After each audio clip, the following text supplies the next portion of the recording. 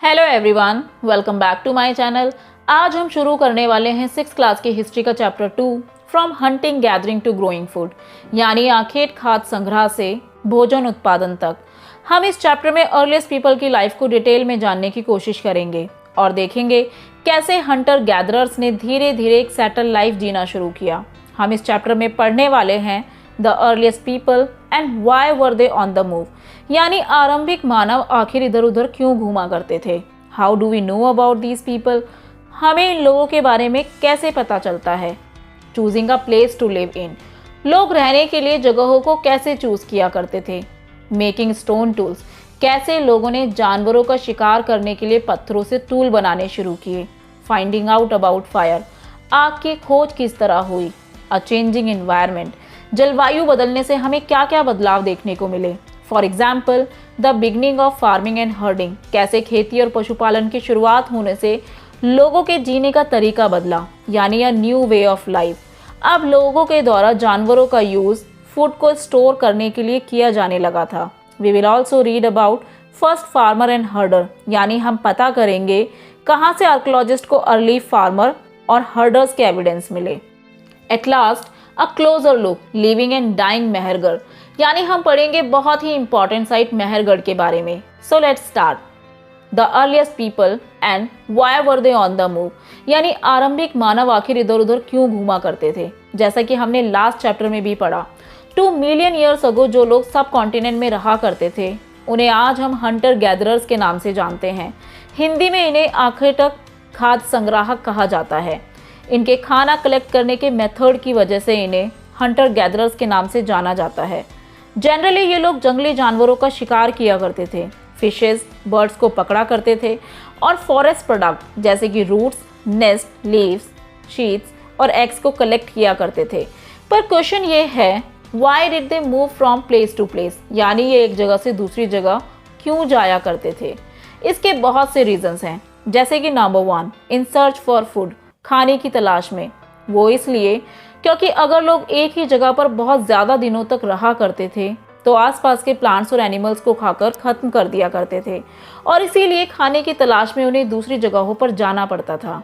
Number 2 to hunt animals who move from place to place either in search of smaller prey, यानी जानवर अपने शिकार या अपना चारा ढूंढने के लिए एक जगह से दूसरी जगह जाया करते थे और इसीलिए जानवरों का शिकार करने वाले लोग भी उनके पीछे पीछे जाया करते थे।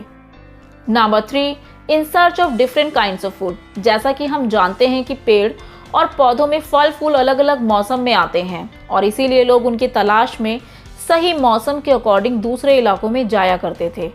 Number 4 in search of water during dry season, हम जानते हैं कि पानी के बिना किसी भी प्राणी या पौधे का जीवित रहना संभव नहीं है और पानी के बहुत से सोर्सेज होते हैं, जैसे कि लेक्स, रिवर, वाटरफॉल एटसेट्रा। इन सोर्सेज को हम ब्रॉडली 2 पार्ट्स में डिवाइड कर सकते हैं, जैसे कि number 1 perennial river means water available through out the year, यानी कि वो नदियाँ जिनमें पानी पूरे साल रहता है, इनका पानी कभी सूखता नहीं है। इंडिया में हिमालय से निकलने वाली रिवर्स पेरेनियल रिवर्स हैं। वाटर का दूसरा सोर्स है seasonal river means water availability depends on season, mainly monsoon, यानी कि इन नदियों में पानी बारिश के बाद ही मिल पाता है। बारिश ना पड़ने पर ये नदियाँ सूख जाती हैं। इंडिया के साउथ में ज़्यादातर नदियाँ सीजनल है और इसीलिए सीजनल रिवर और लेक्स के किनारे पर बसे लोगों को सूखे मौसम में पानी की तलाश में इधर उधर जाना पड़ता था। पर यहाँ से अराइज होता है एक और question, how do we know about this people, यानी हमें अर्लीस्ट पीपल के बारे में आखिर इतनी सारी इन्फॉर्मेशन मिली कैसे। जैसे कि हमने लास्ट चैप्टर में भी पढ़ा, हिस्ट्री को जानने के बहुत से सोर्सेज होते हैं, जैसे कि लिटरेरी और आर्कियोलॉजिकल सोर्सेज। इस टाइम की इन्फॉर्मेशन हमें आर्कियोलॉजिकल सोर्सेज से मिलती है।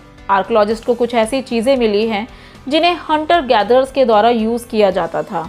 For example people made and use tools of stone, would and bones, लोगों ने अपने कामों के लिए लकड़ियों, पत्थरों और हड्डियों से वेपन्स बनाए और इनमें से कई वेपन्स आज भी बचे हुए हैं।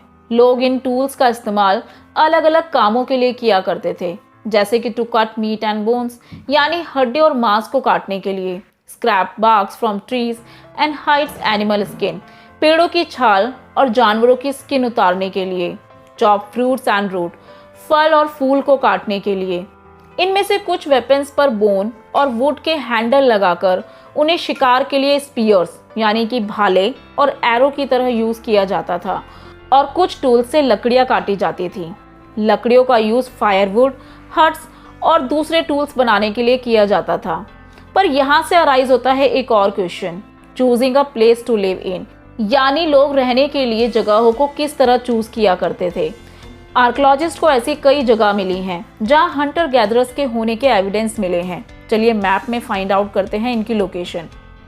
ये लोग जहां रहा करते थे उन्हें रेड ट्रायंगल से मार्क किया गया है, जैसे कि भीमबेटका जो आज के मध्य प्रदेश में लोकेटेड है, हुसगी जो आज के कर्नाटका, और कुर्नूल केव्स जो आज के आंध्र प्रदेश में लोकेटेड है। ये सारी साइट्स वाटर सोर्सेज यानी रिवर और लेक्स के पास लोकेटेड है। वाटर सोर्सेज के अलावा लोग उन साइट्स को भी ढूंढा करते थे जहां अच्छी क्वालिटी के स्टोन्स ईजिली अवेलेबल हो, और भीमबेटका इसका एक परफेक्ट एग्जाम्पल है। भीमबेटका आज के मध्य प्रदेश में लोकेटेड है। यहाँ आर्कियोलॉजिस्ट को केव्स और रॉक शेल्टर मिलते हैं। लोग इन गुफाओं में बारिश, धूप और हवाओं से बचने के लिए रहा करते थे।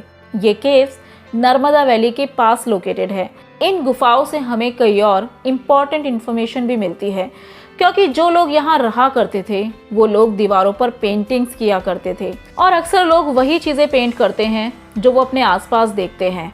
मध्य प्रदेश और यूपी के साउथ से ऐसी ही बहुत सी केव पेंटिंग्स मिली हैं, और इन पेंटिंग्स में एनिमल्स को ड्रॉ किया गया है।